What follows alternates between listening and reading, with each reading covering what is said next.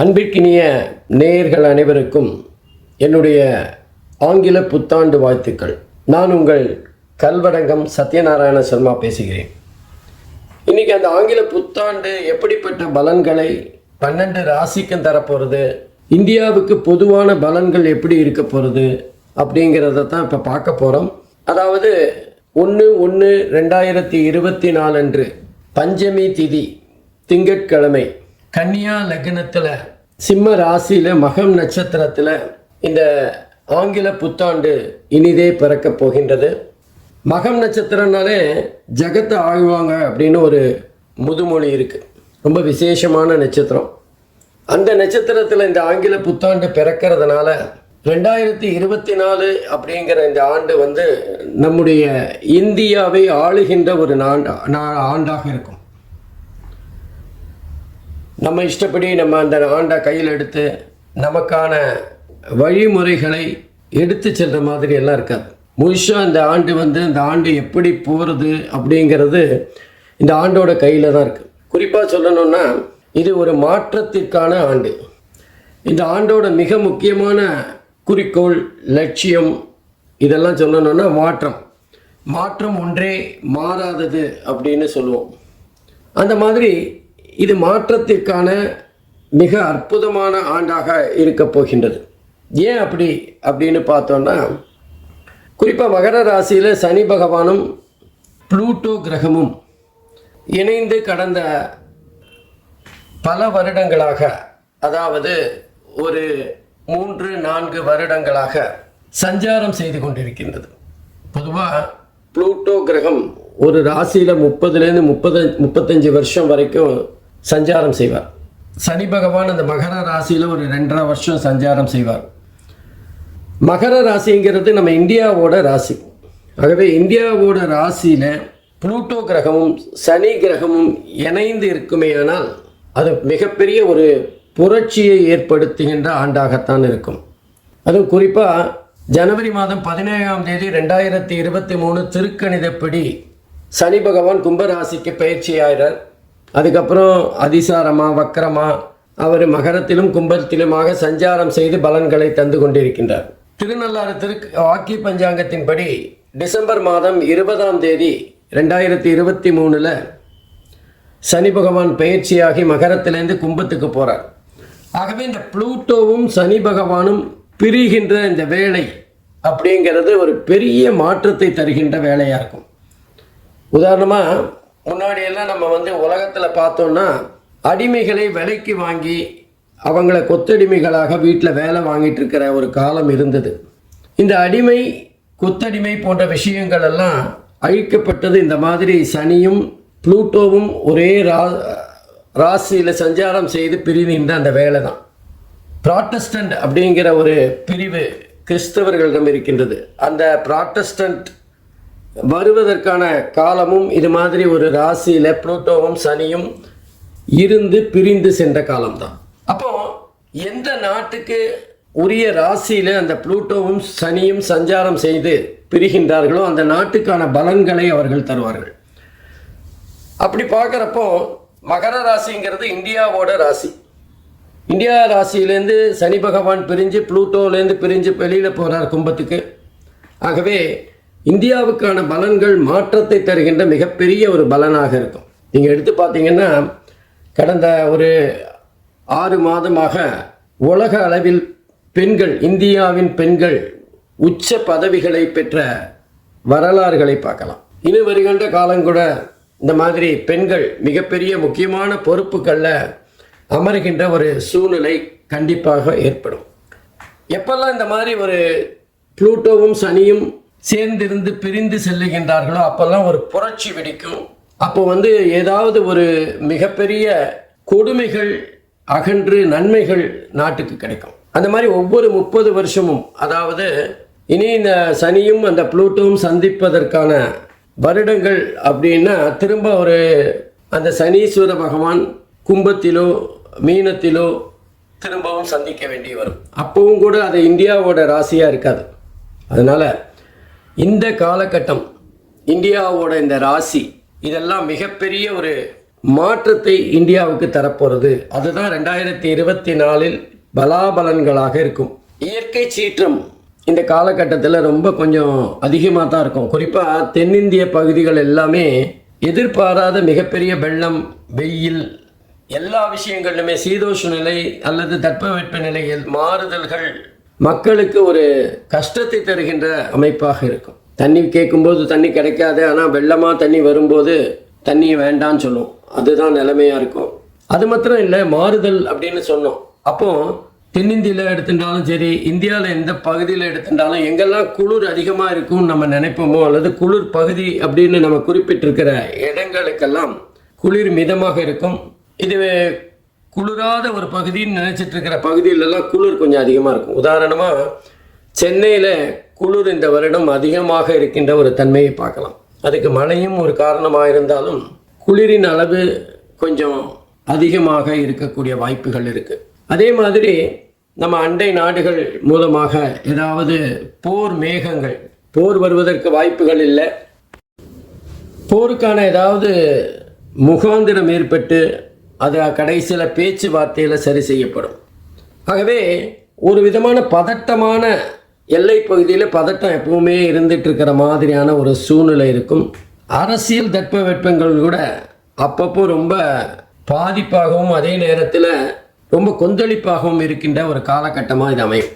எதிரிக்கு எதிரி நண்பன்னு சொல்லுவோம், ஆனால் அரசியலில் எதிரி நண்பன் இதெல்லாம் கிடையாதுங்கிற ஒரு தாத்பரியம் இருக்குது. அந்த வகையில் எதிர்பாராதவர்கள் சேருகின்ற ஒரு மிகப்பெரிய மாறுதலை இந்த வருஷம் சந்திக்க போகிறோம். அதுக்கப்புறம் இந்த ஒரு புதிய நோய், கண்ணு சம்பந்தமாக ஏதாவது ஒரு நோய் வரக்கூடிய வாய்ப்புகள் இருக்குது. இப்படி நமக்கு கொரோனா மிகப்பெரிய ஒரு பாதிப்பை தந்து மக்களை முடக்கி போட்டதோ, அதை மாதிரி கண்ணு சம்பந்தமாக ஏதாவது ஒரு சின்ன இனம் தெரியாத ஒரு நோய் பரவி வரக்கூடிய வாய்ப்புகள் இருக்குது. அதே மாதிரி மக்களுக்கு இருக்கிற மாதிரியே ஜீவராசிகளுக்கும் கால்நடைகளுக்கும் விஷ ஜுரங்கிற மாதிரி ஒரு ஜுரம் வந்து மிகப்பெரிய பாதிப்பை தரக்கூடும். இன்னும் சொல்லப்போனால் இந்த காலகட்டத்தில் மக்கள் மிகப்பெரிய ஒரு கொந்தளிப்பிலேயே இருக்கிற ஒரு சூழ்நிலை இருக்கும். ஏதோ நிம்மதி இல்லாத ஒரு காலகட்டமாக இந்த 2024 நகர்ந்து செல்லும். அதுவும் குறிப்பாக அந்த குரு பகவான் ஏப்ரல் மேலே வந்து மேஷத்துலேருந்து ரிஷபராசிக்கு மாறுற வரைக்கும் பாதிப்பு கொஞ்சம் அதிகமாக தான் இருக்கும். நம்ம ஒன்று நினைக்க அது ஒன்று நடக்கிற மாதிரியான சூழ்நிலைகள் ஏற்படும்.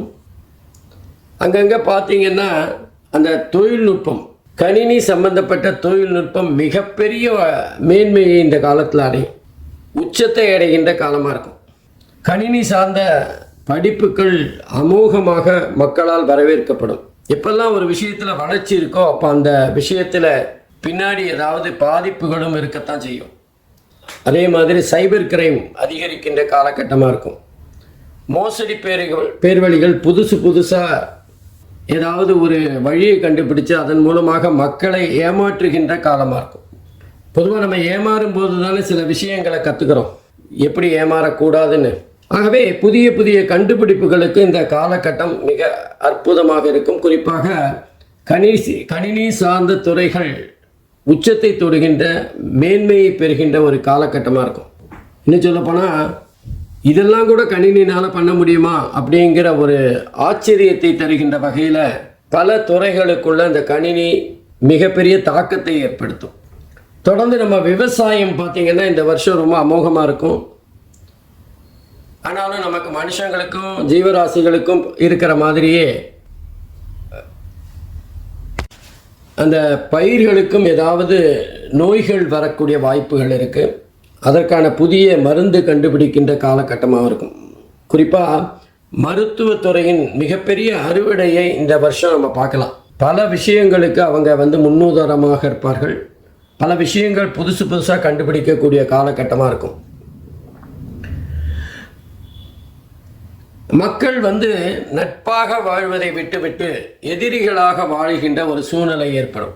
யாருக்கு யார் எதிரின்னே தெரியாத ஒரு கட்டம். எனக்கு பிடிச்சவங்க இவங்க, உங்களுக்கு பிடிச்சவங்க இவங்க, ஆகவே நம்ம 2 பேரும் எதிரிங்கிற மாதிரி சம்பந்தமே இல்லாமல் யாருக்காகவோ, கண்ணுக்கு தெரியாத யாருக்காகவோ இவர்கள் சண்டை போட்டுக்கொள்கின்ற, தினசரி பார்த்து கொண்டிருக்கின்றவர்கள் சண்டை போட்டு கொண்டிருக்கின்ற ஒரு அதிசயம் நடக்கும். இதெல்லாம் மக்களுக்கு புரியறதுக்கு கொஞ்சம் நாள் ஆகும். இந்த 2024 முழுவதுமாகவே ஒரு குழப்பமான ஆண்டாகத்தான் இருக்கும். எப்பவுமே நம்ம ஒரு மாற்றம் ஏற்படுகிறதுனா அதுக்கு முன்னாடி மிகப்பெரிய குழப்பம் இருக்கணும். ஆகவே குழப்பத்துக்கு பிறகு அந்த குழப்பத்துக்கு விடையாக மிகப்பெரிய ஒரு மாற்றத்தை சந்திக்கின்ற ஆண்டாக இருக்கும். ஏற்கனவே சொன்ன மாதிரி மாற்றம் ஒன்று தான், மாற்றம் இல்லாதுன்போம். அந்த மாதிரி நிறைய மாற்றங்களை சந்திக்கின்ற ஆண்டாக இந்த ஆண்டு இருக்கும். எது எப்படியானாலும் மக்கள் மிகப்பெரிய பாதிப்பை பெற்றாலும் முடிவில் சுபம், சினிமாவில் சுபம்னு போட்டு நல்ல சந்தோஷமான சூழ்நிலை ஏற்படுத்துகிற மாதிரி இந்த 2024 இறுதி சில மாதங்களில் ரொம்ப ரொம்ப ரிலாக்ஸ்டாக மக்கள் சந்தோஷமாக இருக்கின்ற ஒரு காலகட்டமாக இருக்கும். ஆகவே இந்த 2024 மக்கள் எல்லாம் பெற்று எல்லா வகையிலும் முன்னேற்றங்களை அடைவதற்கு இறைவனை பிரார்த்திக்கின்றேன். ஒவ்வொரு ராசிக்கும் எப்படிப்பட்ட பலன்களை தரப்போகிறதுங்கிறத பார்க்கலாம். அன்பிற்கினிய மிதுன ராசி என்பர்களே, உங்கள் அனைவருக்கும் 2024 ஆங்கில புத்தாண்டு வாழ்த்துக்கள். இன்றைக்கி நம்ம ஆங்கில புத்தாண்டு மிதுன ராசி என்பர்களுக்கு எப்படிப்பட்ட பலன்களை தரப்போகிறது அப்படிங்கிறத தான் பார்க்க போகிறோம். மிதுன ராசிக்கு 4வது இடம் என்று சொல்லப்படுகின்ற சுகஸ்தானத்தில் கேது பகவான் சஞ்சாரம் செய்கிறார். இதுவரைக்கும் அஷ்டமஸ்தானத்தில் இருந்த சனி பகவான் அதிலிருந்து மாறி 9வது இடம் என்று சொல்லப்படுகின்ற பாக்யஸ்தானத்தில் சஞ்சாரம் செய்கிறார். ராகு பகவான் ஜீவனஸ்தானம் எனப்படும் 10வது இடத்திலும், குரு பகவான் மிதுன ராசிக்கு 11வது இடத்துல அருமையாக சஞ்சாரம் செய்து பலன்களை தர இருக்கின்றார். இந்த குரு பகவானை பொறுத்தவரை ஒரு 4 மாதம் அந்த 11வது இடத்துல இருந்தாலும் மீதி 8 மாதம் 12வது இடம் என்று சொல்லப்படுகின்ற விரயஸ்தானம் அல்லது அயன சயன சுகஸ்தானத்துக்கு சஞ்சாரம் செய்து பலனை தர இருக்கின்றார். இந்த வருட கிரகங்கள் தான் பொதுவாகவே நம்ம கண்ணுக்கு தெரிகிற மாதிரியான பலன்களை கொடுக்கக்கூடியவை. மற்ற கிரகங்கள் எல்லாம் 10 நாள் 15 நாள் 20 நாள் அந்த மாதிரி தான் சஞ்சாரம் செய்கிறதுனால அதோட பலாபலன்கள் மாறிண்டே இருக்கும். ஆகவே இந்த வருட கிரகங்களின் பலன்களை பொதுவாக நம்ம தொகுத்தோம்னாலே ஒரு ராசிக்குரிய பலன்களை பார்க்கலாம். இப்போ முதல்ல நம்ம பார்க்க போகிறது ஒரு சந்தோஷமான விஷயத்தை பார்த்துடலாமே. மிதுன ராசிக்காரர்கள் கடந்த ஒரு 3 வருடங்களாக படாத பாடுபட்டு இருந்தாங்க. ஏன்னா சனீஸ்வர பகவான் அஷ்டமஸ்தானத்தில் ரொம்ப பலமாக வேற உட்கார்ந்துருந்தார். அதனால் அந்த சனீஸ்வர பகவான் அந்த அஷ்டமஸ்தானத்தில் இருக்கும்போது மிதுன ராசிக்காரர்களுக்கு மிகப்பெரிய பாதிப்பு. வாழ்க்கையில் நம்ம என்ன சொல்லுவாங்க, விரக்தியின் விளிம்புக்கே போயிட்டு வந்துட்டாங்கன்னு சொல்லுவாங்க. அந்த மாதிரி ஒரு மிகப்பெரிய கஷ்டத்தை அனுபவிச்சுட்டு வந்திருக்காங்க இந்த மிதுன ராசிக்காரர்கள். நம்ம வாழ்க்கை இனிமேல் அவ்வளவுதான், இனிமேல் நம்மளால் தேராது அப்படின்னு நினைச்சிருந்தவங்க, அப்படி இருந்தவங்க தான் இன்னைக்கு மீண்டு எழுந்து ஒரு அற்புதமான பலாபலன்களை தருகின்ற ஆண்டை நோக்கி நகர்ந்திருக்கிறார். 2022 வரைக்கும் அந்த சனீஸ்வர பகவான் படாத பாடுபடுத்தினார். 2023 கொஞ்சம் மூச்சு விடுற மாதிரி இருந்தது. இப்போ 2024 அற்புதமான பலன்களை தரப்போகிறது. என்ன மாயம் செய்தார் அந்த ஆண்டவன் அப்படின்னு கேட்குற மாதிரி திடீர்னு ஒரு சடன் டர்ன், திடீர் திருப்பம். நம்ம சினிமாலெல்லாம் பார்க்குற மாதிரி 10 நிமிஷத்தில் ஒரு பெரிய மாற்றம் ஏற்பட்ட மாதிரியான ஒரு சூழ்நிலை தான் மிதுன ராசிக்காரர்களுக்கு. குறிப்பாக இந்த இடத்துல நம்ம ஒரு விஷயத்தை பார்க்கணும். மிதுன ராசிக்காரர்களுக்கு புத்திசாலித்தனம் அதிகம். ஏன்னா ராசி அதிபதி புதன். அப்போது எல்லா விஷயங்களையும் அவங்க புத்திசாலித்தனமாக அணுகியிருப்பாங்க. ஆனால் கடந்த 3 வருடங்களாக 2023 விட்டுருங்க, அது கொஞ்சம் பெட்டராக இருந்தது. 2022 வரைக்கும் அவங்களோட புத்திசாலித்தனம் எந்த வேலைக்கும் ஆகாது. அவங்க ஒன்று நினைக்க அது ஏதோ வேற திசையில் பயணம் செய்த சூழ்நிலையை தான் பார்த்துருப்போம். அதாவது நாம் ஒன்று நினைக்க கடவுள் வேற நினைக்கிற மாதிரியான ஒரு கட்டாயம். ஆனால் எல்லா விஷயங்களுமே நம்ம யோசித்து பார்த்தோம்னா எல்லாம் ஒரு நல்லதுக்கு தான். ஏதோ ஒரு காரண காரியத்தோடு தான் எல்லா விஷயங்களுமே நடக்கிறது. எந்த ஒரு விஷயமுமே சும்மா நடந்தில்லை. நமக்கு ஒரு கஷ்டம் வருது, ஒரு வேதனை வருதுன்னா அதுக்கு பின்னாடி ஒரு நிச்சயமாக ஒரு பாடம் இருக்குது நமக்குன்னு அர்த்தம். நமக்கு ஏதோ ஒரு கடவுள் சொல்ல வரார் அப்படின்னு அர்த்தம். ஆகவே இந்த கடந்த 3 வருடங்களாக மிதுன ராசி என்பர்கள் படாத பாடுபட்டான்னு சொன்னோம். அப்படி இருந்தாலும் அந்த மிதுன ராசி என்பர்களின் பொறுமை, அந்த கஷ்ட காலத்தில் அவங்க எடுத்த நடவடிக்கையில் அவங்களோட புத்திசாலித்தனம் இது எல்லாம் சேர்ந்து தான் அவங்கள அந்த நீச்சல் அடித்து கரையேற்றி விட்டுருக்கு. 2023 கொஞ்சம் லேசாக வெளிச்சம் தெரிஞ்சது. இப்போ தான் வந்து ஒரு நல்ல வெட்ட வெளியில் பிரகாசமான ஒளியில் மிதுன ராசி அன்பர்கள் 2024 காலடி எடுத்து வைக்கிறாங்க. ரொம்ப அற்புதமாக இருக்க போகிறது. அதனால தான் தனியாக அவங்களோட கஷ்டகாலம் போய் அந்த சனீஸ்வர பகவானும் சரி 9 இருந்தால், பொதுவாக 9 வந்து சனீஸ்வர பகவானுக்கு மிக அற்புதமான இடம் சொல்ல முடியாது. ஓடிப்போனவனுக்கு 9 சனின்னு சொல்லுவாங்க. இருந்தாலும் கடந்த காலத்தில் அஷ்டம சனியில் படாத பாடுபட்டவங்களுக்கு ஒரு ரிலீஃப், கொஞ்சம் ஓகே நம்ம வந்து ஓரளவுக்கு சமாளிச்சிடலாம் அப்படிங்கிற ஒரு எண்ணத்திலேருந்து கடந்த 2023 அந்த மாதிரி இருந்தது. இப்போ 2024 அற்புதமான பலன்களை பெற போகிறோம். நம்ம நினைச்சதெல்லாம் நடக்க போகிறது. நம்ம வாழ்க்கையில் ஒரு பெரிய சாதனையை செய்ய போகிறோம். ஆகவே உங்களோட புதிய முயற்சிகள் என்ன வேணால் செய்யலாம். வேலையை விட்டுட்டு புது வேலைக்கு போகலாம், இல்லை புதிய தொழில் ஆரம்பிக்கலாம். எல்லா முயற்சிகளையும் செய்ய வேண்டிய காலகட்டம் இது. அதனால் மிதுன ராசி அன்பர்களுக்கு சனி பகவானின் அற்புதமான அமைப்பு இப்போ வந்து சிறப்பாக இருக்குது. அற்புதமான அமைப்புங்கிறத விட கடந்த காலத்தை விட சிறப்பான இடத்துக்கு சனி வந்திருக்கார். அதே மாதிரி மிதுன ராசிக்கு 10வது இடம் ஜீவனஸ்தானத்தில் ராகு பகவான். பொதுவாக ராகுவுக்கு மீன ராசி ஓரளவுக்கு நன்மையை தருகின்ற ஸ்தானம் தான். 10வது இடம் வேணால் அவருக்கு ராகு பகவானுக்கு அவ்வளவு உகந்த இடம் இல்லை, சுகஜீவனம்னு சொல்லலாம்.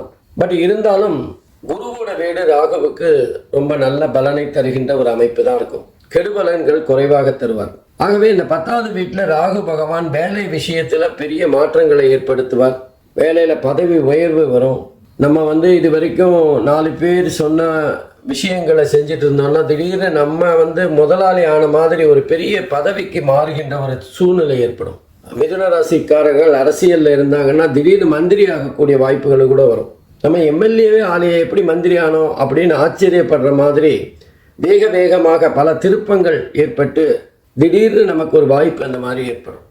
பதவி, புகழ், அந்தஸ்து, கௌரவம் எல்லாம் நம்மளை தேடி வருகின்ற சூழ்நிலையை ராகு பகவான் ஏற்படுத்துவார். ஆனால் லேசாக அந்த குழப்பங்கள் இருக்கும். அதாவது ராகு பகவான் 10வது வீட்டில் இருக்கும்போது அப்பா போருண்டா, நம்மளால் முடியல, ரொம்ப கஷ்டமாக இருக்குது அப்படின்னு சொல்கிற அளவுக்கு வேலையை தருவார். ஒரு உடல் அசதியை ஏற்படுத்தி விடுவார். கொஞ்சம் ரெஸ்ட் எடுத்தால் பரவாயில்ல, ரிலாக்ஸ்டாக கொஞ்சம் இருந்தால் பரவாயில்லன்னு ஒரு எண்ணத்தை ஏற்படுத்திடுவார். மற்றபடி அவர் பொருளை தருவார், பணத்தை தருவார், நல்ல பதவி, புகழ், அந்தஸ்து எல்லாத்தையும் தரப்போகிறார். ஆனால் எல்லாமே இருந்தாலும் மனுஷனுக்கு முக்கியமாக தேவைங்கிறது கொஞ்சம் ரெஸ்ட்டு. அந்த ரெஸ்ட்டை தான் அந்த ராகு பகவான் தரமாட்டார். இருந்தாலும் கையில் பணம் இருக்கிறதுனால பெரிய கஷ்டங்கள்லாம் சின்னதாக தான் தெரியும். அதுக்கு அடுத்தது நம்ம பார்த்தோம்னா குரு பகவான் 11வது இடம் லாபஸ்தானத்தில் இருந்து அற்புதமான பலன்களை தர இருக்கிறார். பொதுவாக 11வது வீடு எல்லா கிரகங்களுக்குமே சிறப்பான பலன். குறிப்பாக ராகு குரு பகவான் இருக்கிறதுனால தொழில் செய்கிறவங்க, வியாபாரம் செய்கிறவங்க, கலைஞர்கள் எல்லாருக்குமே பண வரவு அதிகமாக இருக்கும். ஆனால் அதே நேரத்தில் நம்முடைய பொருளாதாரம் உயரும், சேமிப்பு உயரும். நம்ம பல புதிய சொத்துக்களை சேர்க்கின்ற வாய்ப்பு கிட்டும். திருமணம் ஆகாதவங்களுக்கு திருமணமாகும். புத்திரபாகியம் இல்லாதவங்களுக்கு புத்திரபாகியம் ஏற்படும். நல்ல விஷயங்கள், சுப காரியங்கள் எல்லாமே இந்த குருவினால் ஏற்படுகின்ற ஒரு சூழ்நிலையை பார்க்கலாம். ஆகவே மிதுன ராசி என்பர்கள் இதுவரைக்கும் நம்ம வந்து மிதுன ராசிக்கு அஷ்டம சனியில் இருக்கும்போது காதல் தோல்வி தான் ஏற்பட்டிருக்கும். காதலில் பிரச்சனை ஏற்பட்டிருக்கும். அடிரடி வரைக்கும் போயிருக்கலாம் காதலில். ஆனால் அந்த காதல் திரும்ப வருமா அப்படின்னா நிச்சயமாக வராது. ஆனால் வேற ஒரு வாழ்க்கை அமையக்கூடிய வாய்ப்பு இருக்குது. காதல் தோல்விக்கு பிறகும் ஒரு வாழ்க்கை அமையக்கூடிய வாய்ப்பு மிதுன ராசி என்பர்களுக்கு இருக்குது. அடுத்தது பார்த்தோம்னா கேது பகவான் 4வது இடம் சுகஸ்தானத்தில் உட்கார்ந்துருக்கார். மிதுன ராசி என்பர்கள் படிக்கும்போது கொஞ்சம் கவன சிதைவு அல்லது நம்மளோட படிப்பில் கான்சென்ட்ரேட் பண்ண முடியாத ஏதாவது மனசில் உளைச்சல்கள் ஏற்படலாம். படிக்கிறதுங்கிறது ரொம்ப சிரமமாக இருக்கே, நம்ம வந்து கஷ்டப்பட வேண்டியிருக்கே அப்படிங்கிற ஒரு நினப்பு ஏற்படும். நினப்பு தான் பொழப்ப கெடுக்கும்னு சொல்லுவாங்க. ஆகவே மாணவர்கள் கொஞ்சம் சந்தோஷமாக இருக்கணும் அப்படிங்கிறதுனால படிப்பை கோட்டை விடக்கூடிய வாய்ப்புகள் இருக்குது. கோட்டைன்னா அப்படியே விட்டுற மாட்டாங்க. ஏன்னா புத்திசாலித்தனமான ராசி தான் மிதுன ராசி. ஒரு சின்ன சர்க்கிள் 95 வாயினா 90 வாயினா அது கஷ்டம் தானே. ஆகவே படிப்பில் ஒரு சின்ன சர்க்கிள் இருக்கத்தான் செய்யும். அதே நேரத்தில் சொத்து வாங்கிறது அல்லது வீடு வாங்கிறது அல்லது வீடு மாறுறது போன்ற விஷயங்கள்லாம் ஏற்படும். எல்லாமே நம்ம நினச்ச மாதிரி உடனே ஏற்படாது. கொஞ்சம் போராடி தான் ஜெயிக்க வேண்டிய காலகட்டமாக இருக்கும். புதிய வாகனங்கள் வாங்க வேண்டிய ஒரு சூழ்நிலையை கட்டாயத்தை ஏற்படுத்தி விடுவார். பழைய வாகனம் மக்கள் பண்ணால் புதுசு தானே வாங்கியானோம். ஆகவே மிதுன ராசி என்பர்களுக்கு கேது பகவான் மிகப்பெரிய அளவில் பலன்களை 4வது வீட்டிலேருந்து தரப்போறதில்லை. கொஞ்சம் நம்முடைய சுகத்தை கெடுக்கத்தான் செய்வார். கேது பகவானை பொறுத்தவரை எந்த ஸ்தானத்தில் எந்த பாவத்தில் இருக்காரோ அந்த பாவத்துடைய காரகத்தை கொஞ்சம் தடங்கல் படுத்தக்கூடியவர். அப்போது 4வது வீடுங்கிறது வீடு, வாசல், படிப்பு, தாயார் போன்ற விஷயங்களை சொல்லக்கூடியது. அது சம்பந்தமான பிரச்சனைகள்லாம் வரலாம். தாயாருடைய உடல் நலத்தில் ஏதாவது ஒரு பிரச்சனை வரலாம். பெண்கள் புத்திர பாக்கியம் ஏற்படுறதுல தாமதம் ஏற்படலாம். சில பேருக்கு அவங்களுக்கு கர்ப்பப்பையில் ஏதாவது சின்ன பிரச்சனைகள் இருப்பதை கண்டுபிடிக்கலாம். அந்த கர்ப்பப்பை சிகிச்சைக்கு பிறகு தான் புத்திர பாக்கியம் ஏற்படணுங்கிற ஒரு சூழ்நிலை ஏற்படலாம். ஆகவே மிதுன ராசியை பொறுத்தவரை இந்த கேது பகவான் ஓரளவுக்கு தடங்களை அல்லது நம்ம வேகமான முன்னேற்றத்தை தடுக்கத்தான் செய்வார். கொஞ்சம் ஸ்லோ பண்ணிடுவார். அளவுக்கு மீறினா அமிர்தம் நஞ்சுன்னு நினைக்கக்கூடிய ஒரு கட்டாயத்தை உணர வைப்பார். கொஞ்சம் மெதுவாக தான் மெதுவாக போய் வெற்றியை பெறலாமே அப்படிங்கிற தன்மையை தருவார். நம்ம இது வரைக்கும் நம்ம சுயமாக சிந்திச்சிருந்தவங்க திடீர்னு கடவுள் நம்பிக்கையை அதிகரிப்பார். நம்ம கடவுளை நம்பி எப்படியாவது இதை வெற்றியடைய வைக்கணும் அப்படின்னு கேட்கக்கூடிய சூழ்நிலை ஏற்படுவார்.